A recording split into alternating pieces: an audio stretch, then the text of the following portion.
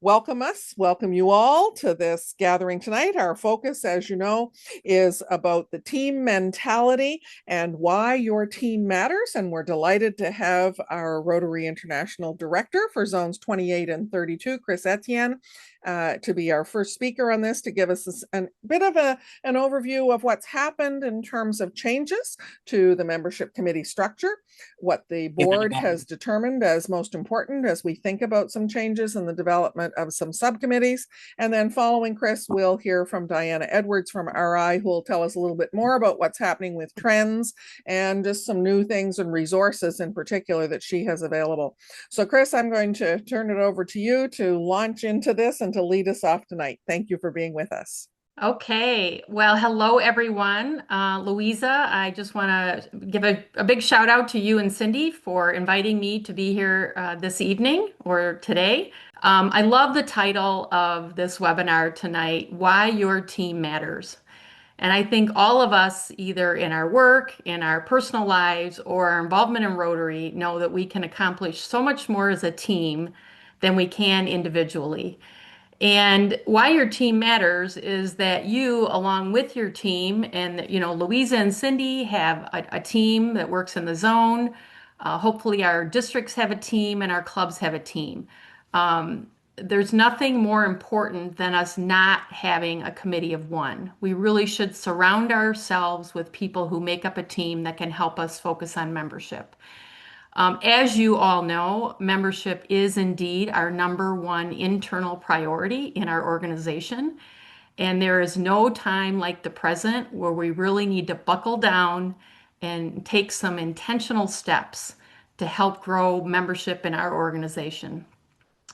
We have the rough numbers for the end of the 24-25 Rotary year, which show that our overall membership worldwide is down about 10,000 members. We do continue to see that areas of the world that are growing in membership are primarily growing through the formation of new Rotary clubs. And I would ask, if you're a district leader, to really take a close look at where your district is in the formation of new Rotary clubs, and when was the last time that you formed a new Rotary club. Our data shows that between 2020 and 2025, the last 5 years, that nearly 100 districts worldwide, that's 100 out of 515, have not started a new Rotary Club in the last 5 years. So that's nearly 20% of our districts.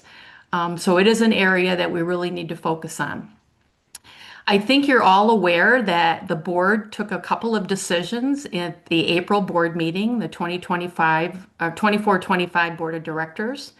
The first decision we took regarding membership was that we officially changed the name of the role of Rotary Coordinator to Rotary Membership Coordinator, to be very intentional about what the purpose is of the people who serve in that role, and that is to focus on membership. And another decision that we made based on the recommendation of the Rotary International Membership Growth Committee was to amend our Rotary Code of Policies to require that every district not only have a district membership chair, but they have 3 subcommittee chairs, being attraction, a subcommittee focused on membership attraction, a subcommittee focused on membership engagement, and a subcommittee focused on new club development. As Louisa mentioned, August is membership month. It's also new club development month. And I will just emphasize that I know that you're all familiar with our Rotary Action Plan. And if you look at the 4 priorities of our Rotary Action Plan, they all align with areas of membership. Increase our impact. Obviously, if we have more members and we have more members engaged, we're going to be able to have a greater impact, not only in our local communities, but also worldwide. And then we have expand our reach. Obviously, expand our reach is not only reaching out to people who are involved in Rotary programs, but it's being intentional about reaching out to people who are not yet part of our organization that we could bring into the organization as new members of our clubs. Our third priority is enhanced participant engagement. And this is the real intentional priority of making sure that we are engaging and involving the members that we already have. Are we making sure that those who aren't attending our meetings are reached out to? Are we making sure that they know we want their involvement, that we want them to join a committee of their interest? Are we making sure that if they have ideas, that they're given the opportunity to share their ideas, that they're really feeling that they're provided the opportunity to give input into the operations of the club, the activities that you do, the service projects? And of course, our fourth and final priority is increasing our ability to adapt. And I think this priority really speaks to our opportunity to grow Rotary outside of our own Rotary Club, whether that be a satellite club, a companion club, chartering a new club. This is an opportunity to really think about who are the people in our community that are not available to meet on Wednesday at noon, or are not available to meet on Thursday at breakfast, or not available to meet on Monday evening, because we all know that not everybody in our community is available to meet at the same on the same day at the same time. So it really is an opportunity to think about a way to create ways for other people in your community that can engage in Rotary. And it might be starting a cause-based club. It might be reaching out to veterans in your community to start a veterans club. We have many of those that have been successful. It might be an e-club. It might be a special interest group who's particularly involved in food insecurity or a particular interest. So I really encourage you to look at all of these different ways to bring in new members, to engage your current members, and think about how to grow Rotary outside of our own Rotary clubs. And of course, with looking at new Rotary clubs as well, I think that you're all aware of the North American New Club Creation Pilot Program that has started. Louisa and Cindy have talked a lot about that. I am very excited to share of all of the zones in North America, our two zones, 28 and 32, are in the lead of all the others in North America who have reached out to the new club creation team about starting companion clubs or satellite clubs in their districts. So I commend you all for that. I thank you for your leadership, and certainly if there's any questions at all, I'm happy to answer them. Thank you again for allowing me the opportunity to be here. Thanks, Chris. We probably will have some questions at the end, but maybe I'll ask you one now before we move on to Diana. We know that it's challenging for districts to find people to serve in roles, and I think we're hoping that these new roles are people that are not holding a bunch of other roles at the same time, which is even more challenging. And I'm getting some names for district membership chairs and starting to see some of the subcommittee chairs coming, but a lot of districts do not have those folks in place. And I wondered if you had any suggestions or recommendations or thoughts around what folks on this call and our district leaders can be doing as they're looking to fill these new important and expected roles. Thank you, Louisa. It's such a great question. And I think that all of us who serve in leadership roles of any kind often see the same names coming forward. And I think that, this is an opportunity, and although it might be a little bit difficult because it will involve some work, but it's an opportunity for all of us to look for those people who maybe aren't already engaged in a leadership role, who want to get involved. And I would say, include your or your assistant governors in that search. Include your future governors. Include your past district governors. For those of us who are currently serving as a governor or in any district leadership role, including as a past district governor, think about those immediate past club leaders that you've worked with that, have some really strong characteristics that they could bring forward. People who have new ideas. Look at clubs that are doing things that are innovative. Maybe they can suggest someone from their club who might get involved. I think we all have a lot of people out there in our clubs, many of whom have maybe never been involved in Rotary beyond their own Rotary club, but who would really be interested and intrigued on ways that they could get involved. So be creative about the people that you reach out to ask to get involved. And sometimes it involves a special request, a special ask. Pick up the phone, talk to them individually rather than just sending out a blanket email asking for somebody to volunteer. Thanks, Chris. I think that's really great advice because we do tend to see the same names over and over. And sometimes we think we have to look at our past district governor list as the place to find these kinds of committee chairs. And that's definitely not the case. This is an opportunity, as you said, for new people, perhaps who haven't had involvement at the district level before, to really get into something that could be fun. And we're here to support them. That's the other thing that I think people perhaps sometimes forget, that there's a whole team of people who are prepared to help.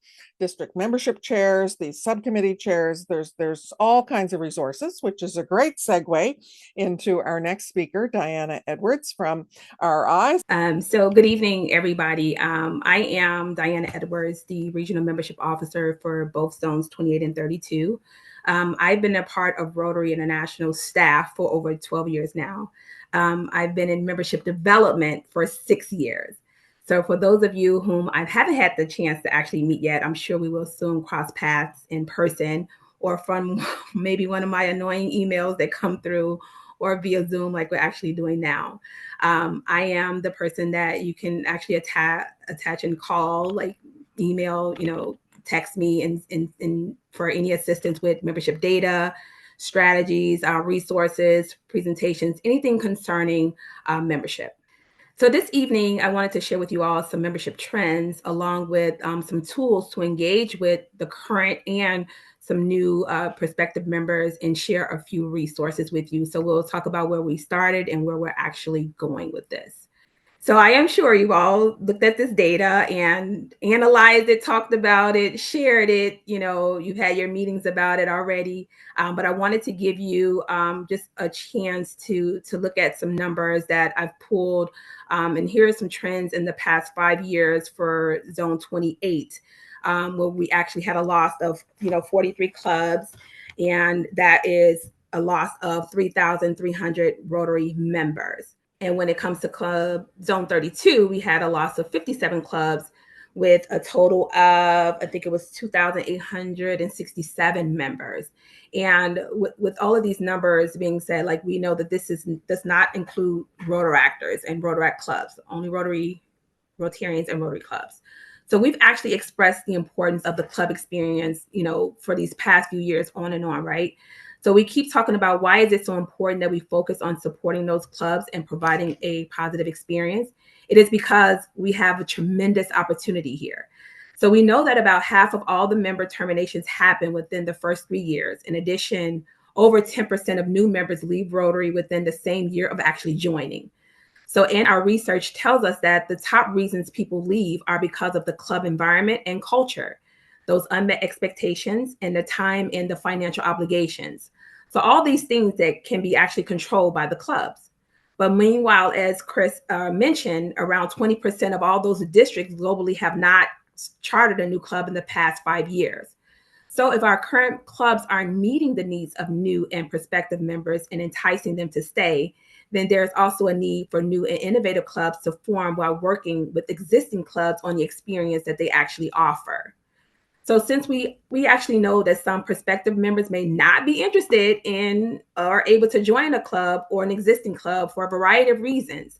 So we do have those new and different types of club models to play a role in expanding our reach. So Rotary uses this data to drive our efforts and strategies. So when it comes to new club development, the data tells us that the regions with the largest net growth in number of new clubs over the last 5 years are the regions reporting the highest membership growth. So the regions reporting the greatest net loss in club trends tend to be the regions experiencing the most significant membership declines. So this is not a coincidence. It illustrates the importance of new club development as part of a comprehensive and sustainable membership growth strategy. So by that, I mean that in addition to our support of actually existing new clubs. So often we find in our work with districts resistance to new club creation for fear of what we call like stealing members from existing clubs. And that's just not the reality, right? In fact, our analysis of new clubs shows that between 80 and 88% of charter members of new clubs are first-time members. So help us dispel the myth of that new clubs steal existing members, right? Instead, encourage each other to start new clubs as we work to expand our reach and welcome new participants into Rotary. And for clubs who are worried about losing members to new clubs, help them understand that if a member is actually leaving, their needs aren't actually totally being met. So we are grateful for those that return and retain those members as a Rotary family in another club. And this brings to light opportunities to assess their club experience and make changes if needed to ensure they're meeting the needs that is actually going to be met. So I actually wanted to share some more ways for you to actually engage with your current prospective members by using the district membership chair expense guidelines. Hopefully this is not new to many of you, but those of you that are new district membership chairs, that you are actually looking at this information and hopefully will be utilizing these funds soon. So I have the data pulled up showing how the funds were used for both zones 28 and 32 this past year, which shows not a lot at all, right? So we have, just four districts, and then this past year, then 3 the year before, 1, and then 2. In district zone 32, just a little bit less, right? So with showing this district membership, chairs can actually be reimbursed each year, Rotary year, for specific activities aimed at increasing membership in their district. The approved amount varies depending on how the funds are actually used. And it is shown in these examples that I have. So there's a reimbursement up to $1,000 for activities or events that build relationships with prospective members and also new members.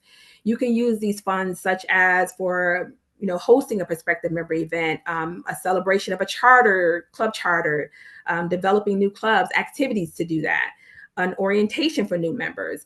Those costs can actually include such items as paying for a venue, virtual hosting platform subscription, food, beverages, speakers, entertainment, decorations and signs, and on, equipment, presentations, including like lighting and microphones. And I know like a lot of times we're thinking like, can this, money be used for that? Yes, please ask us. We are here to tell you, like, we, use this, the money is there. It is like a pool, and we're looking for you guys to utilize it more.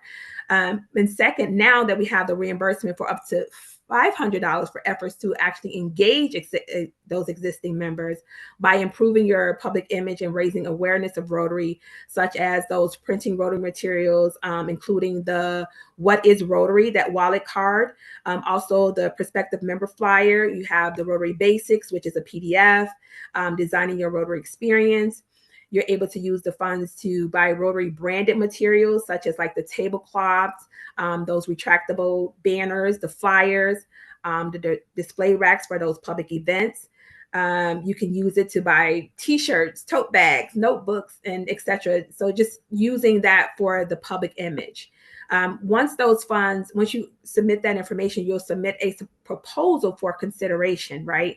And so, like I said, if you have a cost that is more than $1,000, which is fine, it is still okay for you to actually to submit and request it.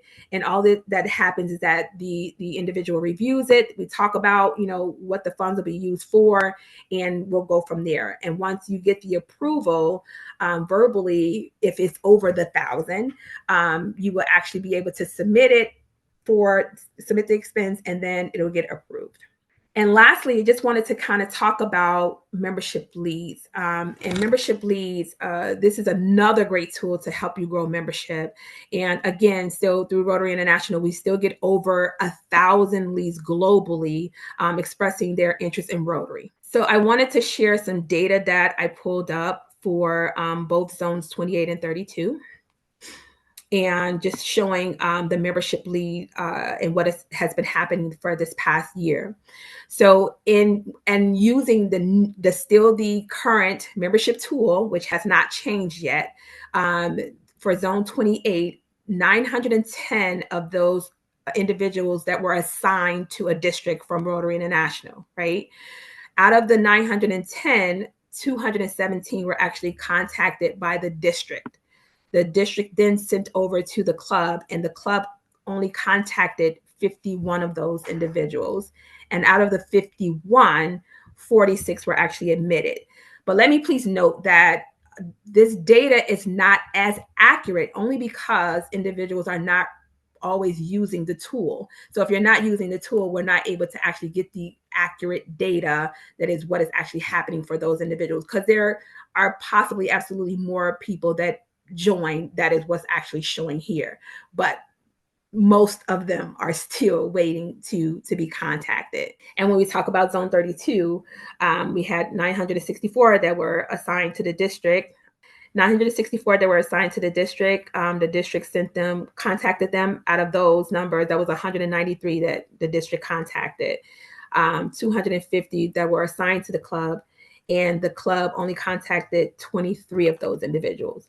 But as you can see, that the number that was admitted is a little bit higher than the ones that were actually contacted. That's again, that they were not done through the tool.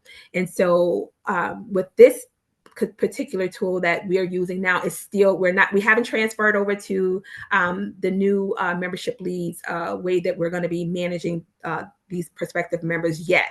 So we're still operating under the same tool where the district is contacting those prospective members and sending it over to the club, and we're looking for the club to contact them.